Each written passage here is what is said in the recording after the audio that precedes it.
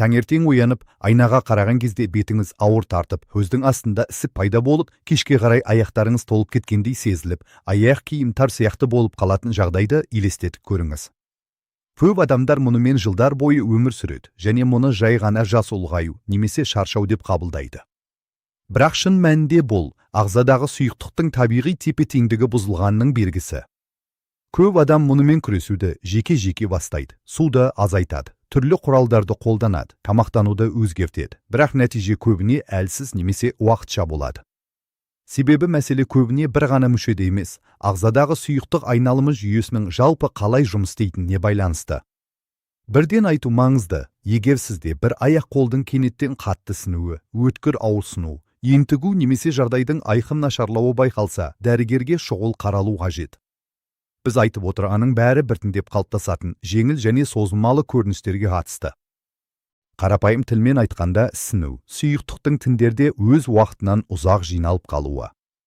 Қалыпты жағдайда ағза сұйықтықты екі негізгі жүйе арқылы үздіксіз жаңартып және қайта таратып отырады. Веноздық жүйе қанды жүрекке қайтарады, ал лимфа жүйесі жасушааралық артық сұйықтықты жинайды.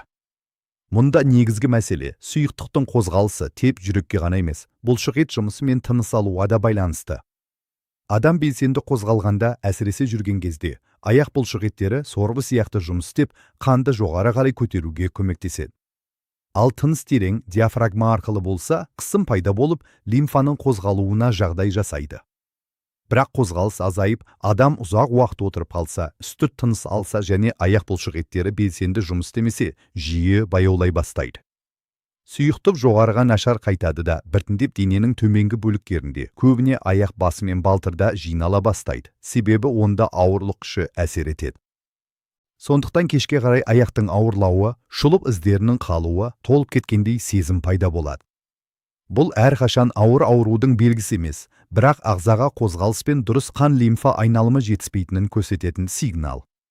Жағдайды күшейтетін күнделікті факторлар бар: ұзақ уақыт қозғалыссыз отыру, аз жүру, тағамда тұздың көп болуы, алкоголь, созылмалы стресс, үстірт тыныс алу және ұйқының жеткіліксіздігі. Бұлардың әрқайсысы жеке алғанда үлкен әсер бермеуі мүмкін, бірақ бірге жиналғанда тұрақты мәселе қалыптастырады. Жақсы жаңалық, бұған қарапайым әдеттер арқылы әсер етуге болады. Тұрақты жүру аяқ бұлшықеттерінің табиғи сорғы механизмін іске қосады. Аяқ ұшынан көтерілу немесе балтыр бұлшықеттерін созу сияқты жеңіл жаттығулар сұйықтықтың қайтуын жақсартады. Күні бойы қысқа қозғалыс үзілістері де жүйелі түрде жасалса, айтарлықтай әсер береді. Тыныс алуда ерекше маңызды. Терең іштің қатысуымен тыныс алуға көшкен кезде диафрагма белсендірек жұмыс істеп, лимфа жүйесіне көмектеседі. Таңертең және кешке бірнеше минут жеткілікті, біртіндеп айырмашылық сезіледі. Кешке қарапайым жеңілдету әдісі де пайдалы. 10-15 минут аяқты жоғары көтеріп жату. Бұл сұйықтықтың кері қайтуын жеңілдетіп, ауырлық сезімін азайтады. Сонымен қатар су мен тұз тепе-теңдігін сақтау маңызды. Судың жетіспеуде сұйықтықтың ұсталуын күшейтуі мүмкін. Сондықтан күні бойы суды біркелкі ішу керек, әрі тым қатаң тұз шектеулеріне де бармаған дұрыс. Бет сынуына келсек, мұнда қосымша факторлар да әсер етеді. Ұйқы сапасы, стресс, ұйқы кезіндегі бастың қалпы, бет пен жақ бұлшықеттерінің кернеуі, сондай-ақ кешкі алкоголь сияқты әдеттер. Бұлардың бәрі таңертеңді сынуды және ауыр көріністі күшейтеді.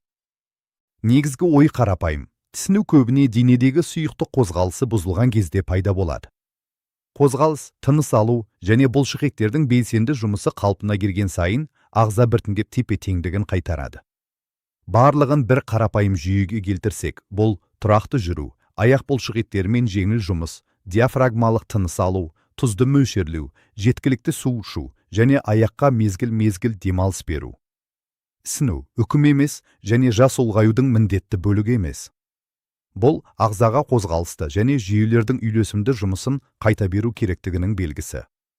Егер бұл видео пайдалы болса, арнаға жазылыңыз, лайк басыңыз және пікірге өз тәжірибеңізді жазыңыз. Сынумен жиі қай кезде бетпе-бет келесіз және ол қандай жағдайда күшейеді? Сіздің тәжірибеңіз басқа көрермендерге бұл мәселені жақсырақ түсінуге көмектеседі.